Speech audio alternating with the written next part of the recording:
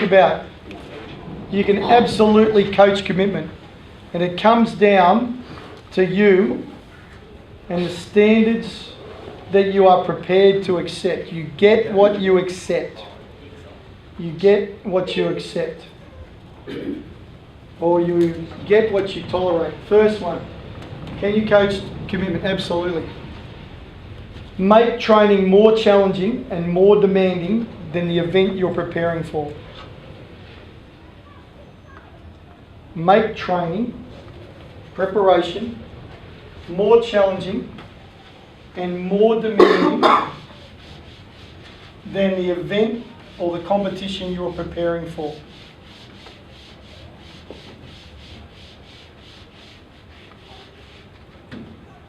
Okay, why? What am I saying? Yep. So that when you,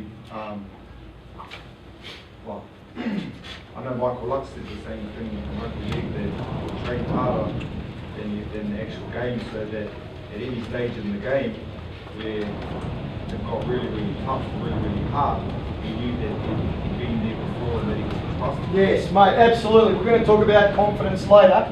But guys, confidence above anything else, confidence is knowing. Right?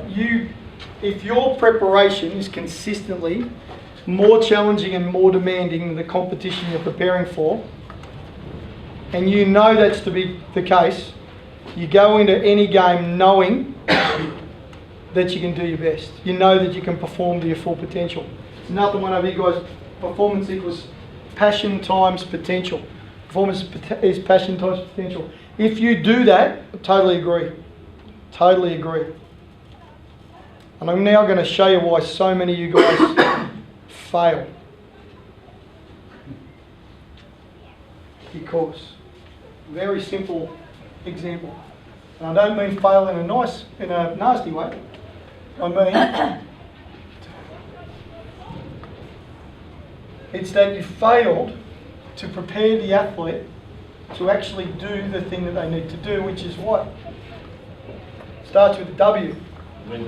Win. Don't be afraid to say it. It's not the F word, guys. It is the W word. Your athletes do not lie in bed and dream of almost playing for Arsenal. They don't lie in bed dream of coming second in the Olympic Games.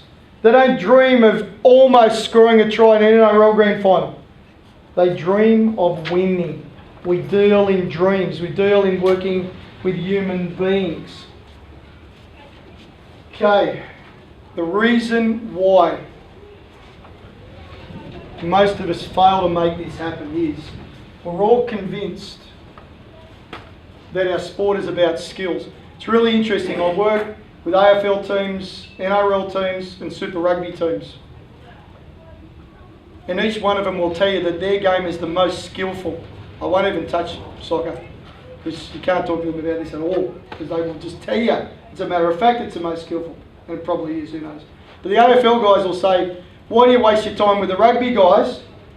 They're a bunch of no-neck idiots. What an unskilled group of athletes. AFL's the most skillful football in the world. Can't you see that? And you go to rugby, of course, and they go, rugby's about skill. AFL, you just kick the ball around, you run a bit here, you run there's no skill in AFL. And you go into rugby league and they say, those other two, they're kidding themselves. Rugby league's the most skillful game of all. The greatest game of all. Other two are kidding themselves, but it's all about skill. So the first stage of teaching skills, what are we trying to do? What do we want them to do? We want them to learn the skill, don't we? All right? I'm trying to make this afternoon completely different to this morning, but for the people who were there, coaching is what? Above anything else, what is coaching? Change. Change technique, change skill, change attitude, change physical capacities, change commitment levels. Coaching is change. That's what we do. We're the masters of the art of change. That is what we do. At this point, we introduce a skill and we want them to learn. What do we then want them to do? What's logically the next step after that? Yeah, understand is good. So you could say understand, I'm happy with that. Understand is good. You could say, what else are some other words for that? Master. Second nature. Second nature, do it well, do it good. Right, do it good.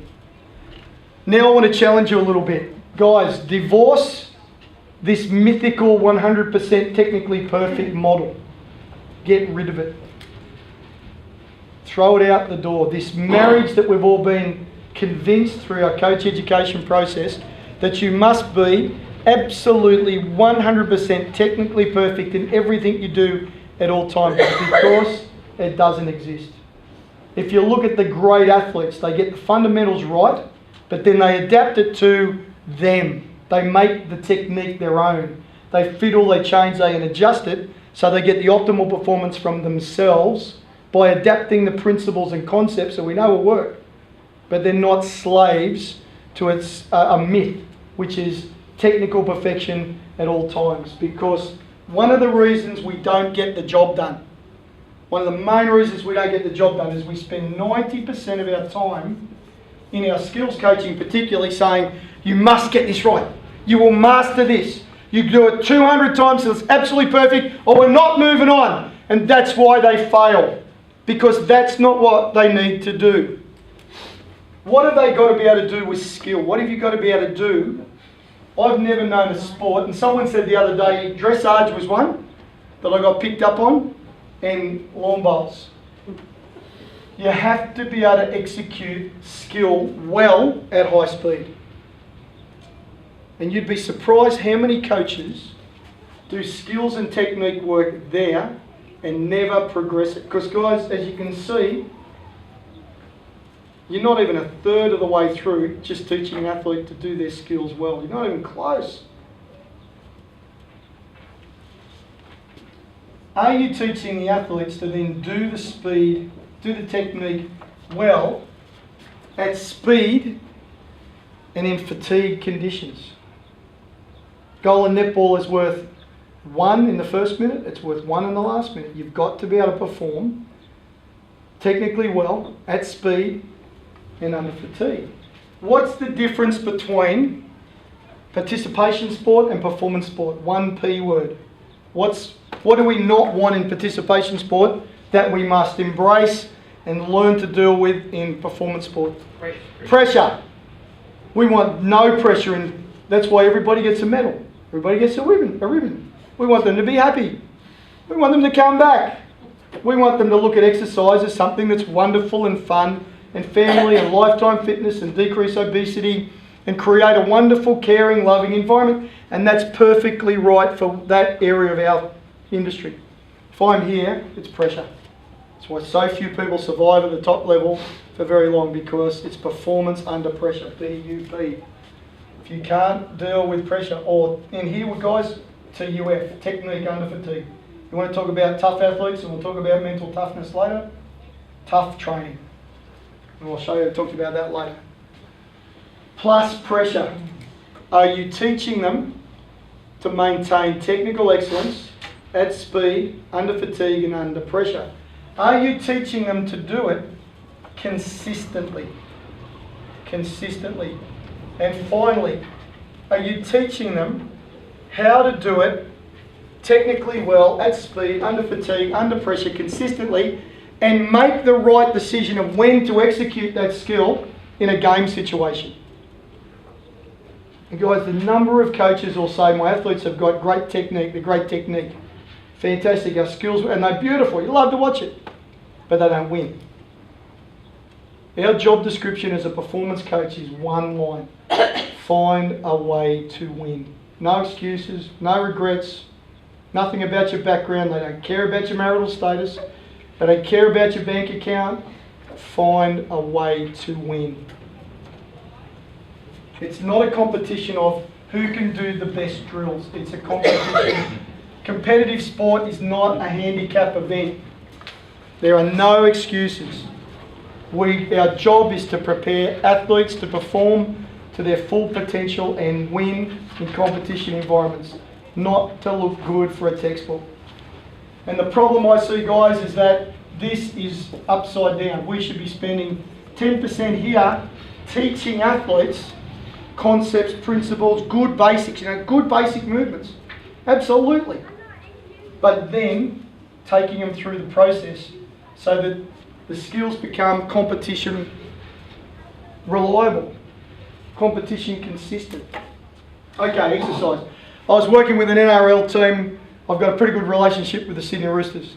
I'll tell that story a bit later on, but I've been working with NRL for a little while. One of our players, we're playing on a Friday night, Sydney Football Stadium. Ball goes up 4 times, he drops it 3 times out of 4. Opposition team, the Sharks, score 2 tries. Last one resulted in an offside penalty, cost the game. What does every single coach in the world think they'll do to fix that problem? What's the obvious solution to that? Sell it. Yeah, selling. Catching ball. Yeah, mate, Monday morning, you and me, half an hour catching a high ball. What's wrong with that? No pressure. No pressure. If he's in the NRL, he can catch a ball. They would have found that out sooner or later, or maybe not.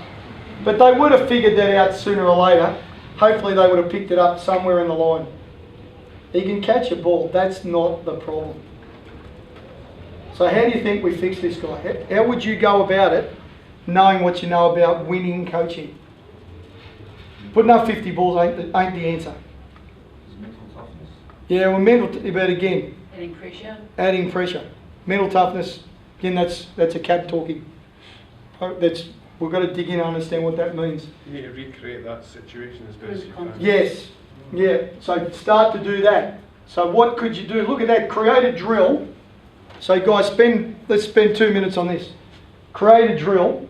I won't tell you what we did. Create a drill that you would do. So you got a phone call out of the blue from the head coach of the NRL team and says, I've got this problem. I've heard you're a really good javelin coach in Bay of Plenty. Come and fix it up for us. What would you do? Has anyone got an automatic leave pass from their partner if they get that phone call? You know, mine's Scarlett Johansson, and Helen's is Hugh Jackman, or the guy from Game of Thrones, what's his name? Jon Snow, Kit Harington. The deal is if we get an unsolicited call from either one of them, we're allowed to go, no questions asked. So this is the same thing from a coaching perspective. Head coach of the Roosters has rung and said, we've got a problem, come in and fix it. This is what it is, what are you going to do? And again, the answer is not 250 kicks in the week. Go 2 minutes, off you go.